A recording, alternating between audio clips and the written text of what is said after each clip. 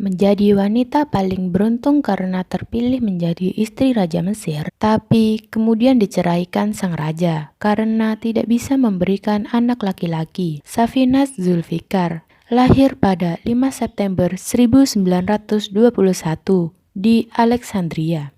Ayahnya adalah Yusuf Zulfikar Pasha yang merupakan seorang hakim asal Turki, dan ibunya yaitu Zainab Said yang merupakan Lady in Waiting Ratu Nazli Sabri. Kakeknya adalah mantan Perdana Menteri Mesir Mohammed Said Pasha. Safinas pertama kali bertemu dengan Raja Farouk pada usia 15 tahun dalam perjalanan ke London pada tahun 1937. Pada saat itu, orang-orang Mesir sangat terpesona oleh ketampanan raja baru mereka. Bahkan, rakyat sampai memanggil Farouk dengan sebutan raja tercinta. Tinggi badan Farouk mencapai 6 kaki dengan bahu tegap dan wajah tampan. Banyak yang menganggapnya sebagai model pria muslim yang tampan. Karena ayahnya yang merasa keluarganya memiliki bentuk tubuh sedikit gemuk, berusaha menjaga pola makan sehat Farouk. Bahkan sampai memberinya pola diet yang sangat ketat. Raja Farouk I tumbuh menjadi remaja manja yang suka kemewahan. Di suatu waktu, dia dilaporkan memakan 600 tiram dalam seminggu. Di tengah-tengah banyak warga Mesir yang kelaparan. Seakan gak puas dengan semua kemewahannya, ia sampai membeli mobil berwarna merah, kemudian menuntut semua warga Mesir agar tidak ada yang mengecat mobilnya dengan warna yang sama. Raja Farouk I bahkan membawa 30 penjaga bersenjata yang menjaganya. Penjaga tersebut dari Albania. Ia juga mengatakan hanya mempercayai warga negara Albania. Gaya hidup Farouk yang mewah membuat ibunya yaitu Janda Ratu Nazil Sabri mengusulkan pernikahan Farouk dengan keluarga dari golongan menengah ke atas untuk menghilangkan kesan raja boros di masyarakat. Ratu Nazil Sabri menginginkan calon menantu yang cantik, polos, dan baik hati. Semua kriteria ini ia dapatkan dalam diri Safinas Zulfikar. Suatu ketika, Raja Farouk menghadiri pesta ulang tahun Safinas yang ke-16 tahun dengan mengendarai mobil Alfa Romeo. Raja Farouk sebenarnya datang untuk melamar Safinas. Di pertengahan acara, kemudian Raja Farouk berlutut di depan semua tamu untuk menyatakan cinta kepada Safinas. Farouk bahkan memberi Safinas nama baru, yaitu Farida, karena ia percaya nama yang berinisial F akan membawa keberuntungan. Pada awalnya, ayah Safinas marah besar, tidak setuju dengan pernikahan mereka karena usia putrinya yang baru berusia 17 tahun. Tapi, keluarga Farouk dengan cerdik memberi ayah Safinas gelar Pangeran Pasha untuk merayunya. Akhirnya, pada tanggal 24 Agustus 1937, Mesir bersukacita ketika Raja Farouk mengumumkan pertunangannya dengan Safinas Zulfikar, seorang perempuan sederhana serta putri seorang hakim yang rendah hati. Ketika menikah, usia Farouk hanya berselisih 1 tahun dari istrinya, yaitu 18 tahun. Pada 20 Januari 1938, Raja Farouk menikahi Putri Farida di Istana Quba di Kairo dengan upacara kerajaan yang sangat mewah. Kemudian, 2 hari setelah pernikahan, Raja memperkenalkan ratu barunya kepada publik dengan tampil bersamanya di balkon kerajaan. Sebenarnya, kebiasaan ini adalah hal yang sebelumnya tidak diperbolehkan.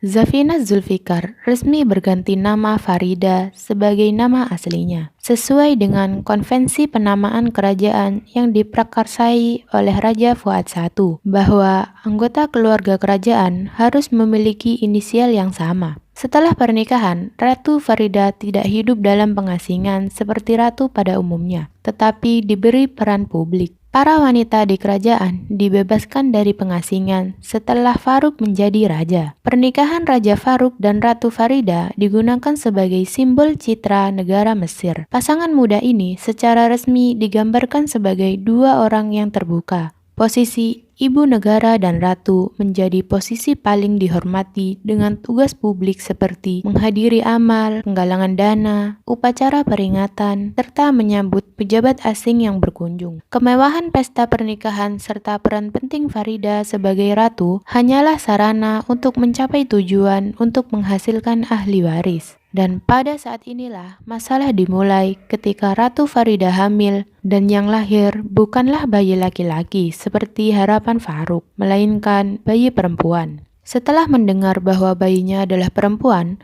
Faruk yang saat itu berusia 18 tahun memberikan respon yang kurang menyenangkan atas kelahiran putrinya.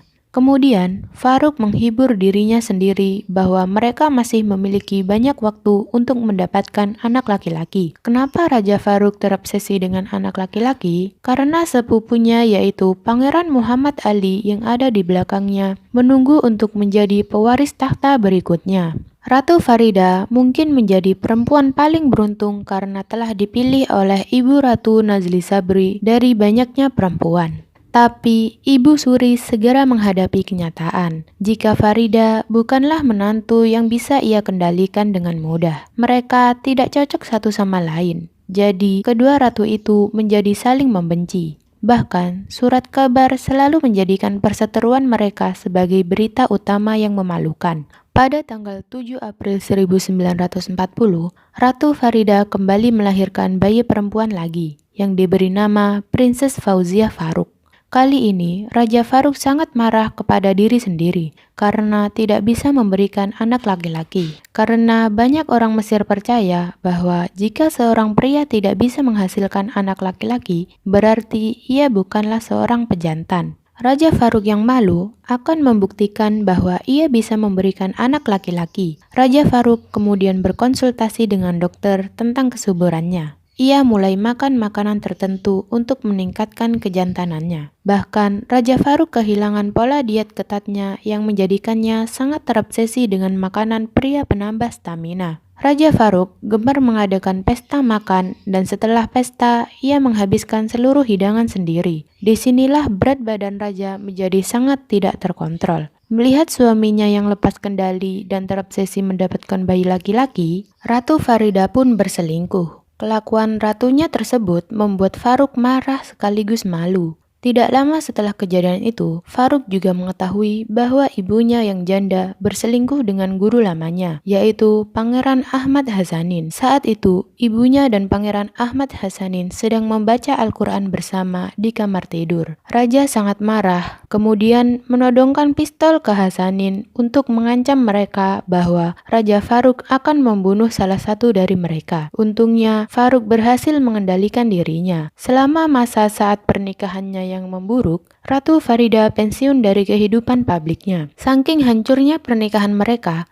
bahkan Raja Faruk dilaporkan mulai memiliki banyak selir. Tidak peduli dengan perasaan Farida, bahkan pada suatu acara, Raja Faruk menghadiri pesta Princess Sifakiar Ibrahim dengan salah satu selirnya. Faruk dengan berani menaruh selirnya di samping Perdana Menteri Nurul Kashi Pasha. Dan itu membuat Perdana Menteri tersebut tersinggung. Sejak kelahiran putri kedua mereka, kehidupan rumah tangga mereka semakin memburuk. Raja Faruk kemudian membuat pertemuan dan mengungkap perselingkuhan istrinya tersebut. Tepat setelah mengungkap perselingkuhan istrinya, Raja Faruk mendapatkan kabar baik dan buruk sekaligus. Kabar itu adalah Ratu Farida hamil di waktu yang sangat mencurigakan bagi Faruk dan orang lain. Dan pada tanggal 15 Desember 1953, Ratu Farida kembali melahirkan seorang putri lagi yang diberi nama Princess Fadia. Melihat bahwa Farida melahirkan seorang putri lagi, Raja Faruk menyalahkan Farida dan menuduhnya bahwa Farida tidak bisa memberikan keturunan laki-laki. Karena Raja Faruk telah melakukan semua yang diperintahkan oleh dokter. Jadi, menurutnya ini adalah kesalahan Farida.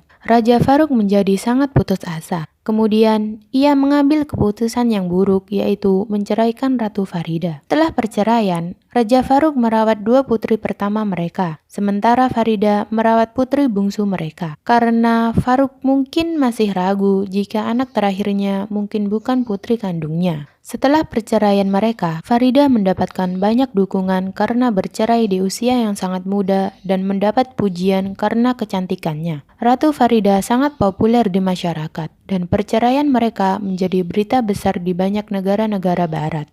Berbanding terbalik dengan Farida, setelah bercerai, Raja Faruk bahkan mendengar orang-orang mencibirnya di depan umum. Farida menyerahkan tahta dan apa yang dilakukan mantan ratu adalah salah satu gerakan tertinggi emansipasi di sejarah wanita Mesir. Farida tinggal di Mesir sampai 1964. Kemudian ia menetap di Lebanon. Kemudian ia melihat anak-anaknya setelah hampir 10 tahun. Farida tinggal di Paris. Setelah itu, ia kembali ke Mesir pada tahun 1974, di mana monarki Mesir telah digulingkan, dan saat itu Mesir di bawah kepresidenan Anwar Shahab. Farida tidak menikah lagi setelah perceraiannya dengan Raja Faruk. Farida akhirnya meninggal pada tanggal 16 Oktober 1988 di usia 67 tahun. Banyak orang yang berpendapat bahwa Farida tidak salah karena tidak bisa memberikan keturunan laki-laki. Kalau menurut kalian bagaimana? Apakah Farida salah karena tidak bisa memberikan Mesir pewaris tahta laki-laki? Komen di bawah pendapat kalian ya. Terima kasih buat yang sudah menonton. Kalau kalian suka dengan video ini, silahkan tekan subscribe, like, dan komen ya. See you the next video.